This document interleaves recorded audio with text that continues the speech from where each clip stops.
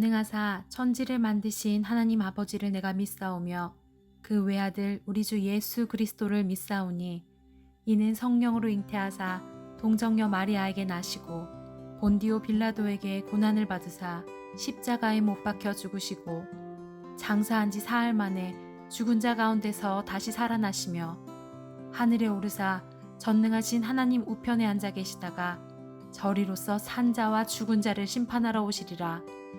성령을 믿사오며 거룩한 공회와 성도가 서로 교통하는 것과 죄를 사하여 주시는 것과 몸이 다시 사는 것과 영원히 사는 것을 믿사옵나이다. 아멘. 거룩하신 하나님께 감사와 찬양을 올려드립니다. 죄악으로 물든 이 세대와 나를 불쌍히 여겨주시고 용서하여 주옵소서. 우리를 성령 충만케 하사 이 세대 가운데 하나님의 영광을 드러낼 수 있게 하옵소서. 믿지 않는 자들에게 예수 그리스도를 전하는 사명을 감당할 수 있는 능력을 주옵소서. 하나님께서 기뻐하시는 아름다운 교회 공동체를 이루어가게 하옵소서. 플라잉 워십을 통하여 미디어 세상 가운데 하나님 나라를 세워가게 하옵소서. 오늘 선포되어지는 하나님 말씀을 통해 그리스도인으로서의 정체성을 회복하게 하옵소서. 모든 것을 주님께 맡겨드리오며 예수 그리스도의 이름으로 기도드립니다. 아멘.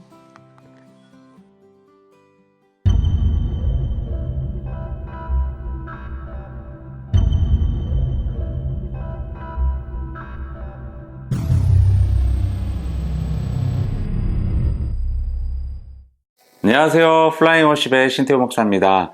오늘도 영상으로 또 메타버스 공간 안에서 예배를 드리는 모든 분들을 주님의 이름으로 환영하고 축복합니다. 오늘 본문 말씀 함께 봉독하고 설교를 이어가도록 할게요. 오늘 우리에게 주신 하나님의 말씀은 로마서 3장 9절에서 20절까지의 말씀입니다. 그러면 어떠하냐? 우리는 나으냐? 결코 아니라. 유대인이나 헬라인이나 다 죄 아래에 있다고 우리가 이미 선언하였느니라. 기록된 바 의인은 없나니 하나도 없으며 깨닫는 자도 없고 하나님을 찾는 자도 없고 다 치우쳐 함께 무익하게 되고 선을 행하는 자는 없나니 하나도 없도다.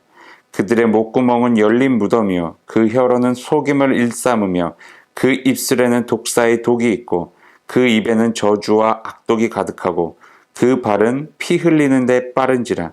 파멸과 고생이 그 길에 있어 평강의 길을 알지 못하였고 그들의 눈앞에 하나님을 두려워함이 없느니람과 같으니라. 우리가 알거니와 무릇 율법이 말하는 바는 율법 아래에 있는 자들에게 말하는 것이니 이는 모든 입을 막고 온 세상으로 하나님의 심판 아래에 있게 하려 함이라. 그러므로 율법의 행위로 그의 앞에 의롭다 하심을 얻을 육체가 없나니 율법으로는 죄를 깨달음이니라. 아멘. 여러분 우리가 학교 다닐 때 성선설, 성악설, 그리고 성무, 성악설 이런 부분에 대해서 좀 이제 배운 적 있잖아요. 그때는 이제 동양에서는 어떤 학자가 있고 또 서양에서는 어떤 학자가 있고 그래서 성선설을 주장하는 학자가 누구누구, 성악설을 주장하는 학자가 누구누구 이렇게 이제 배웠던 기억이 있는데 이 선설에 대해서 그러니까 태어날 때부터 선하게 인간은 태어났다라는 것을 주장했던 이제 학자가 동양에서는 맹자라는 사람이 있었고 그다음에 서양에서는 이 스토아 학파라는 그 하나의 학파가 이 성선설을 이제 주장을 했어요. 그리고 이제 반대로 이제 성악설을 주장했던 이제 동양 철학가는 이제 순자라는 사람이 있었고 그다음에 이제 서양에서 이제 기독교의 근본이 된 기독교 윤리 사상에 의해서 이제 원죄라는 것이 이제 나오게 되면서 성악설을 이제 주장을 하게 됐죠. 그래서 이 성선설과 이 성악설이 늘 이렇게 대립 관계에 있었어요. 그러다가 이제 그 성무 성악설이라는 이제 주장이 이제 나오기 시작을 했습니다. 태어날 때부터 어떠한 인간도 악을 가지고 선을 가지고 태어나지 않는다. 나중에 후천적으로 이제 습득되어지는 것으로 인하여서 그들의 삶이 선해질지 악해질지가 결정난다. 이런 이제 설들이 이제 과거에도 계속 있었는데 일단 이제 조금 더 이 부분에서 이야기를 해드리면은 그 성선설을 주장했던 이 스토아 학파는 어떤 시대에 있었냐면 그 헬레니즘 시대에서 이제 활발하게 활동했던 그런 학파였습니다. 근데 그 학파가 이제 주장했던 건 무엇이냐? 이 자연적인 원리 그리고 이성적인 법칙을 매우 중요하게 그들은 여겼어요. 그러다 보니까 우리 인간들이 자연의 이성의 법칙에 따라서 행해야만 한다는 것을 계속 주장을 했고, 그것이 가장 선한 행위다라는 주장을 해요. 그래서 이런 주장을 이제 했던 사람들 중에서 유명한 사람, 우리가 뭐 많이 알고 있는 사람 중에 한 분이 루소라는 분이죠. 그래서 이 루소라는 사람에 의해서 이 성선설에 이제 정점을 찍게 되는데, 그 루소가 주장한 것은 이런 거랍니다. 인간 본성은 원래 선한 것인데 문명과 사회 제도의 영향을 받아서 악하게 되었다라고 합니다. 그러니까 즉, 이 자연이 만든 사물은 모두가 선하다라는 전제를 깔고 가요. 하지만 일단 그 다음에 인의를 거치게 되면 이제 악으로 변한다라는 주장을 해요. 근데 반대로 이 성악성을 주장했던, 뭐 조금 성경적으로 이야기를 하자면 원죄설을 주장을 했던 그 기독교인들을 보면은 그들 중에서 이제 중세에서 이제 유명한 철학자인 아우구스티누스를 시작으로 해서 이제 그가 주장했던 것이 무엇이냐? 인간의 본성은 모두 다 악하다라고 이제 단정을 짓습니다. 그리고 나서 후대까지 그 영향이 계속 이제 미치게 되는 거예요. 뭐 오늘날까지 이제 기독교에 영향을 끼치게 되죠. 이 원죄설이라는 것이. 이러한 주장들을 생각을 하면서 우리가 오늘 본문에 사도 바울이 계속 이제 이야기를 했던 부분을 좀 생각을 해봤으면 좋겠는데, 지난주에 유대인들은 하나님의 말씀을 받아서 지키고 보존할 그런 책임이 있는 자들이라고 이야기를 했습니다. 그리고 하나님 앞에서는 자신이 어떠한 민족인지가 중요한 게 아니라는 거예요. 죄를 짓고 있는 사람인지 죄를 짓지 않고 하나님의 뜻을 쫓아가는 사람인지가 중요하다라는 거예요. 하나님 말씀을 지키고 행하는 자가 하나님으로부터 인정받고 칭찬받는 자라는 이야기를 했습니다. 그렇다면 오늘 본문에서도 바울은 동일한 이야기를 하는데 이렇게 먼저 시작을 합니다. 유대인이나 이방인이나 출발점은 다 똑같다라는 거예요. 근데 그 출발점이 어디냐? 모두 다 죄인이라는 출발점에서 시작이 된다는 거예요. 인생이요. 뭐 아까 말씀드렸던 이제 어떻게 보면 성악설에 해당이 되겠죠. 모든 사람들은 죄인이다. 모든 사람들은 죄로 인해서 악한 상태로 태어났다라는 거예요. 여러분, 이 죄에 대해서 잠깐만 짚고 넘어가면요, 이 죄라는 것은 나쁜 행동을 한 것에 대한 어떤 결과론적인 부분에서 죄라는 것을 이야기를 하는 것이 아닙니다. 성경에서 말하는 이 죄는요, 나쁜 행동, 나쁜 일, 뭐 이런 것들로 인해서 발생되어지는 것이 죄가 아니라 하나님의 뜻에 거스르는 것, 하나님께 속해 있지 않는 것, 하나님과 관계가 맺어지지 않는 상태, 그러한 모든 상태를, 그러니까 하나님 외의 것들, 모든 것들을 죄라고 이야기를 하는 거예요. 거룩하신 분은요, 하나님 한 분밖에 없어요. 그리고 거룩하지 않은 것은요, 하나님 외의 것들이에요. 그러니까 죄라는 것은요, 하나님 외의 것들로 인해서 받게 되는, 어떻게 보면 자연스럽게 얻게 되어질 수밖에 없는 것이라는 거예요. 즉 우리 인간들도요, 하나님이 아니잖아요. 이 세상에서 정말 거룩하신 분, 깨끗하신 분, 죄가 없으신 분은 하나님밖에 없어요. 그러니까 하나님 외의 것들은 뭐예요? 우리 인간들도 포함이 되잖아요. 그렇기 때문에 우리 인간들 모두 다 죄악 가운데 속해져 있었다라는 거예요. 과거예요, 과거. 그렇게 모든 인간들이 죄로부터 출발되어졌다라는 거예요. 죄 있는 상태에서. 그것을 사도 바울이 이야기를 하고 있었던 거예요. 아, 너희들이 뭐 살인을 저질러서 뭔가 남의 것을 뭐 탐내서 남의 것을 훔쳐서 누군가에게 피해를 입혀서 이런 나쁜 행동들을 행해서 너희들이 죄인이다, 이게 아니라 너희들은 하나님과 관계를 맺고 있지 않다, 하나님을 떠나 있다, 그렇기 때문에 그게 죄다라는 것을 이야기를 하는 거예요. 그러니까 유대인이나 이방인이나 그렇기 때문에 모두 다 죄인일 수밖에 없다라는 거죠.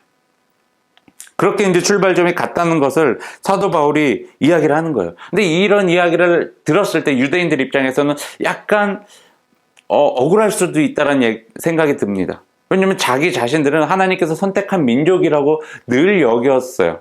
늘 그렇게 생각을 하고 있었는데 어떻게 우리가 이방인들과 같은 종족이 될 수 있어라는 어떤 그런 자그마한 분노들이 그들 안에 일어날 수도 있었겠어요.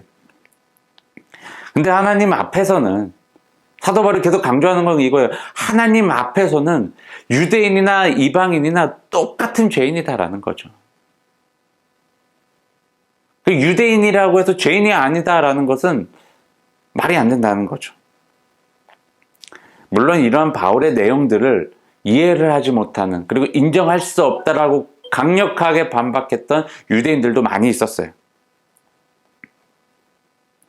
그러고 나서 이 바울이요, 이제 구약 성경의 내용들을 언급을 하면서 쭉 이제 설명을 합니다. 과거에 우리 민족들이 지어왔었던 그런 죄악된 모습들을 계속 이제 이야기를 하는 거예요. 그리고 그런 죄악된 모습들을 하나님께서 어떻게 바라봤는지에 대해서도 계속 서술을 하고 있어요. 그게 이제 첫 번째가 기록된 바 의인은 없나니 하나도 없으며. 여러분, 하나님께서 이 세상을 만들어 놓으시고요, 딱 봤는데 의인이 하나도 없대요. 의인이 하나도 없대요. 그리고 나서 쭉 한번 볼게요. 깨닫는 자도 없고 하나님을 찾는 자도 없대요. 하나님의 말씀이 들려지지만 계속 하나님께서 뭔가 메시지를 주지만 그게 무엇인지를 깨달으려고 하는 자도 없는 거예요. 그렇다고 해서 막 하나님을 찾고 구하는 그런 사람들도 없다라는 거예요. 그러다 보니 어떠한 일들이 일어나요? 그들의 삶이 무익해지는 거예요. 서로에게 유익한 삶을 주는 게 아니라 무익한 삶이 계속적으로 연속적으로 발생되어지는 거예요. 그들의 모습은 어떻겠어요? 선이 없어지는 거죠. 선을 행하는 자가 하나도 없대요.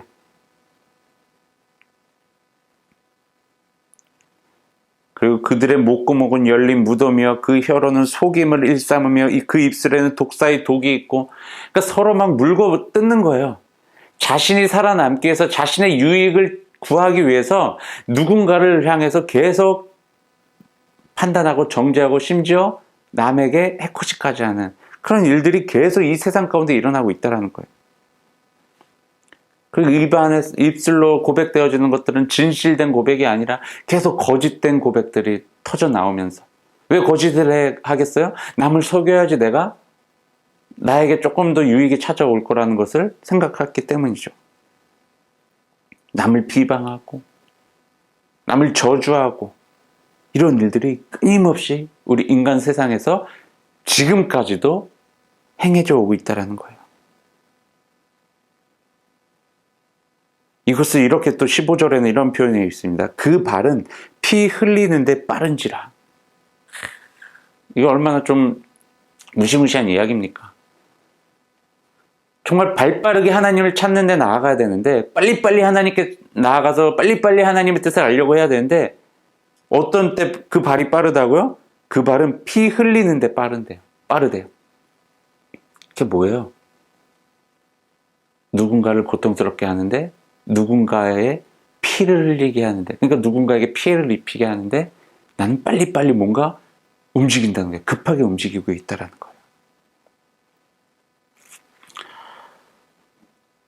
자신의 유익만을 구하며 살아가고 있는 우리 인간들의 모습을 사도 바울이 이야기를 하고 있는 거예요. 근데 그들의 모습이 어떻대요? 그들은 평강의 길을요 알지 못하기 때문에 이러한 일들을 벌이고 있다는 거예요. 평강의 길을 알지 못한대요. 그리고 그들의 모습을 딱 바라보니 하나님을 두려워하는, 하나님을 경외하는 모습이 전혀 보이지 않는다는 거예요. 이게 우리 인간들의 죄성이라는 거예요. 다시 말해서 하나님이 없는 삶의 모습이 이것과 똑같다는 거예요. 하나님의 뜻을 깨달으려고 하는 자가 없고 하나님을 찾는 자도 없고 누군가를 향해 비방의 목소리, 누군가를 저주하는 목소리, 누군가에게 피해를 입히는 그런 삶, 그들의 삶 가운데 파멸과 고생이 연속이고 그들의 삶 속에는 평강이라는 것을 찾아볼 수가 없고 하나님을 경외하는 마음이 전혀 없는 사람들의 모습, 그들의 모습이 바로 죄인의 모습이라는 거예요. 여러분 다시 한번 말씀드리지만 죄인은요 단순히 이렇게 누군가를 비판하고 비방하고 저주하고 남에게 피를 흘리게 하고 이런 것이 다가 아니에요. 이것은 죄인이 행하는 모습의 결과일 뿐이지 진정한 너희들이 죄인이다라는 그런 낙인이 찍힌 사람들은 어떤 사람들이냐면 하나님을 떠나 있는 사람들이 바로 죄인이라는 거예요. 하나님의 뜻을 찾지도 않고 하나님의 뜻을 깨달으려고 하지도 않고 하나님을 경외하지도 않고 있는 그런 사람들, 그 무리를 놓고 죄인이라고 여기라는 거예요.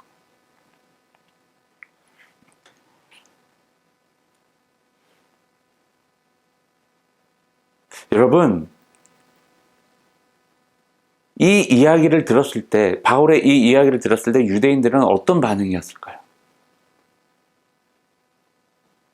상상을 해보자면 엄청난 분노가 치밀어 올랐을 수도 있겠어요. 왜요? 자신들 보고 죄인이라고 여겼으니까. 분명히 유대인들은요, 대부분이 본인들만, 그 유대인들만 의인이라는 그런 생각이 강했어요. 근데 죄인이래요, 사도 바울은. 하나님 앞에 이방인들과 똑같은 죄인이라고 이야기를 합니다. 어느 유대인이 기분이 좋겠습니까?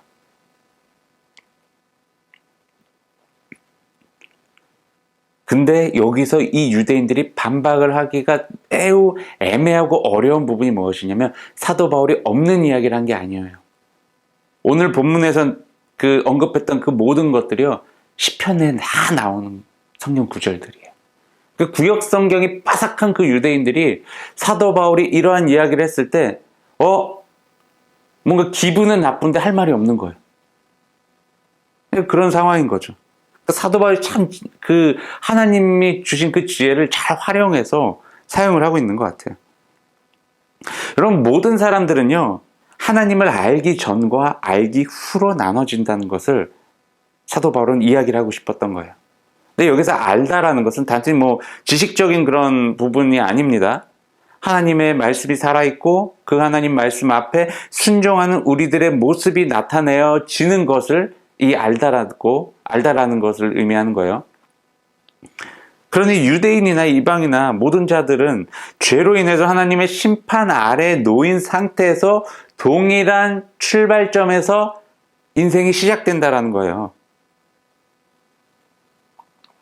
그리고 유대인들을 향해서 바울은 계속적으로 강조를 합니다. 계속적으로 이야기를 하는 게 뭐냐면 율법의 어떠한 행위로 인해서 하나님 앞에서 의롭다함을 받을 사람은 아무도 없다라는 이야기를 합니다. 그리고 이 율법이라는 것은 단순히 죄를 깨닫게 해주는 도구일 뿐이라는 것을 계속 사도 바울은 바울 서신서 여러 곳에서 계속적으로 이야기를 합니다. 왜 이런 것들을 여러 번 이야기를 할 수밖에 없냐면 유대인들이 가지고 있는 생각을 깨트려야 되기 때문이에요. 율법이 내 삶의 전부다라는 사실을. 여러분, 우리의 모습을 한번 생각을 해봤으면 좋겠는데 우리가 그리스도인으로서 정말 세상 사람들에게 듣지 말아야 될 소리가 하나 있어요. 세상 사람들, 그러니까 믿지 않는 사람들에게. 이런 얘기 간혹 들은 적 있죠. 저 교회 다니는 사람이 왜 그래? 예수 믿는 사람이 왜 그래?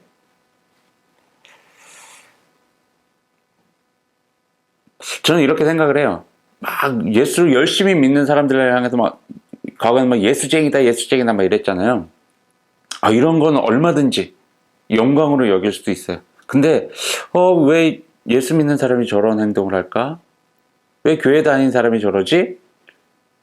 라는 이야기를 듣는 것은요, 그리스도인으로서 수치라는 거예요.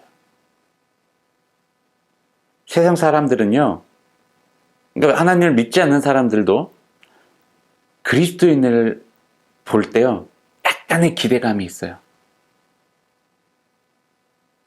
뭔가 조금 더 우리보다는, 자신들보다는 선함을 갖고 있는 사람들이라는 어떤 기대감이 있다라는 거예요. 물론 그 기대감을 충족시켜 주기 위해서 우리가 신앙생활하는 건 아니지만, 중요한 건 세상 사람들이 우리들의 모습을 보고 하나님을 바라볼 수 있게끔 만들어줘야 된다는 이야기예요.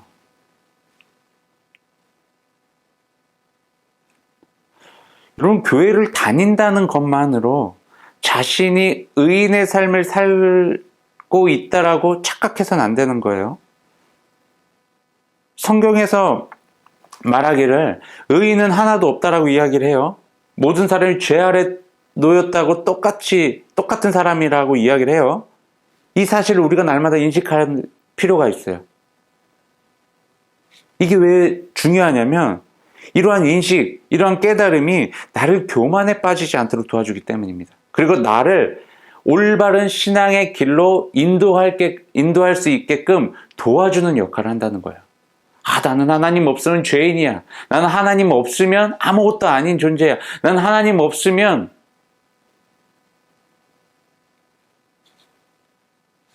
정말 아무것도 아닌 존재이기에 세상 사람들과 마찬가지라는 거예요. 근데 우리가 간혹 이러한 생각 없이 난 교회를 다니고 있어. 기독교인이고 내가 뭐 목사고 장로고 내가 신앙의 연수가 얼마나 됐고로 인해서 그걸로 인해서 내가 의인이라는 착각을 할 경우가 많이 있다라는 거예요. 이러한 착각을 하며 살아가는 사람들이 당시 유대인들이었어요. 내 출생이 유대인이야. 우리 엄마 아빠가 유대인이었어. 우리 할아버지도 유대인이었어. 나는 어렸을 때부터 이 율법을 계속 배웠고 또 다시 누군가를 가르치는 사람이고 이 율법을 지금까지 몇십 년 동안 내 옆에 두고 살았던 사람이야. 근데 그게 뭐 어쨌다는 거야. 그게 의인과는 아무런 상관이 없다라는 거예요.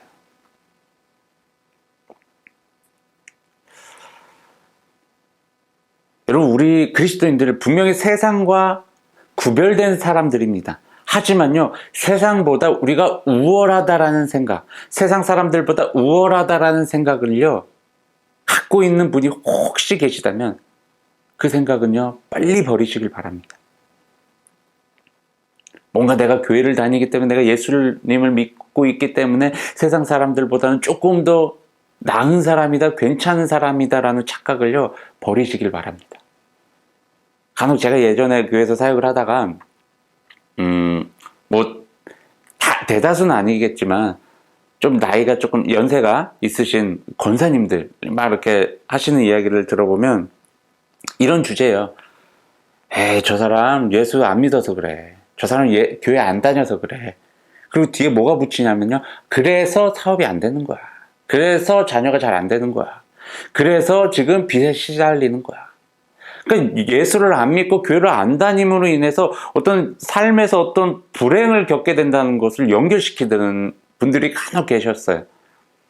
근데 제가 이 이야기를 들을 때마다 참 마음이 불편했거든요. 물론 그분들의 어떤 그 신앙의 그 스타일을 존중해 드리지만, 물론 이제 그분들은 이제 과거에 이제 7, 80년대 우리나라 교회의 어떤 교인 수가 확 막 이렇게 늘어나는 그런 시대를 경험했던 분들이고, 그리고 막 새벽 기도며, 뭐 산기도며, 뭐 여러 부흥회며, 뭐 이런 것들을 통해서 뭔가 그 뜨거움과 급격한 어떤 삶의 변화를 경험했던 분들입니다. 그렇기 때문에 그분들의 어떤 그런 신앙의 어떤 스타일은 인정을 했지만, 그걸로 인해서 또 다른 누군가의 삶을 본인이 판단하거나 본인이 어떤 그들의 삶을 결정해 버린다는 것은요, 매우 위험한 일이고 교만한 일이라는 것입니다. 이게 유대인들이 쉽게 빠졌던, 그리고 쉽게 저질렀던 죄악들 중에 하나였다라는 거예요. 다시 한번 말씀드리지만, 여러분, 사도 바울이 유대인이나 이방인이나 모든 사람들이 그 죄 아래에 있다라고 이야기를 한 이유가 바로 이 죄라는 것을 하나님과의 관계를 끊어버리는 역할을 하는 것이라고, 죄라는 것을 설명해 주기 위해서였어요.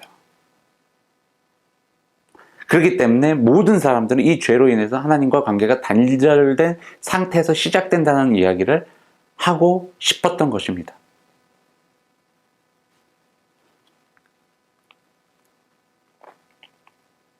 여러분, 하나님으로부터 의롭다 여김을 받게 되는 것, 하나님으로부터 너는 의인이다라는 칭함을 받게 되는 것, 우리가 쉽게 흔히 말하는 칭이라고 부르게 되는데, 이것은요, 죄로부터 분리된 상태를 이야기를 하는 거예요. 죄로부터 분리됐다라는 것은 뭐냐면, 아, 이게 죄구나 라는 것을 깨닫고 거기서 끝나는 게 아닙니다. 율법으로 인해서 죄를 깨닫게 될 수는 있어요. 율법이 그런 역할을 하는 것이기 때문에. 그런데 중요한 것은 그 죄로부터 완전한 돌이킴이 삶 가운데 일어나야 된다는 거예요. 돌이킴이 없이는, 이 돌이킴을 회개라고 하죠, 우리는. 이런 진정한 회개가 없이는요, 의인의 삶으로 들어갈 수가 없다라는 거예요. 율법의 행위로 의롭다함을 받을 수 없다라고 사도 바울이 계속 강조를 하죠. 율법을 얼마나 많이 지키느냐 이게 아니에요.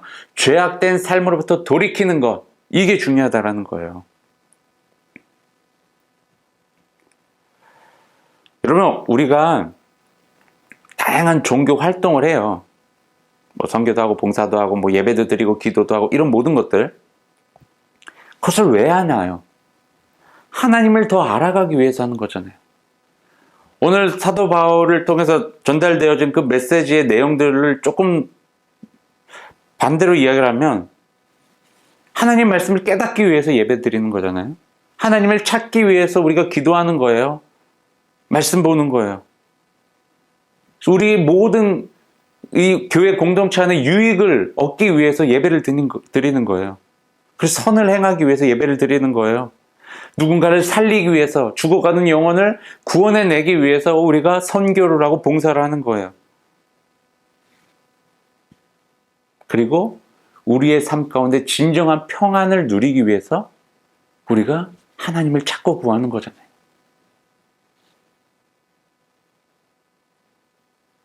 그리고 우린 하나님을 경외하는 자들이잖아요. 이게 그리스도인의 삶이라는 거예요.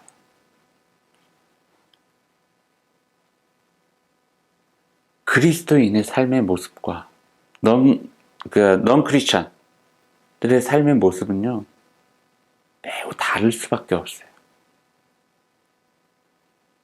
다를 수밖에 없지만, 우리 그리스도인이라면 하나님이 계시고 그 한 하나님, 그 거룩하신 하나님을 경외하는 자들이어야 돼요. 그리고 하나님의 뜻을 찾고 구하며 하나님의 말씀 앞에 순종하고자 하는, 그러므로 인해서 선을 행하고자 하는 그런 모습들이 드러나는 그런 사람들의 모습이 바로 그리스도인이에요. 사도 바울도요, 이 유대인들에게, 그리고 물론 로마 교회 안에 있는 그 이방인들에게도, 로마 교회 그 모든 성도들에게 다시 새롭게 그 신앙의 여정을 떠날 수 있게끔 매우 논리적이고 이성적으로 이 로마서를 기록해 놓은 거예요.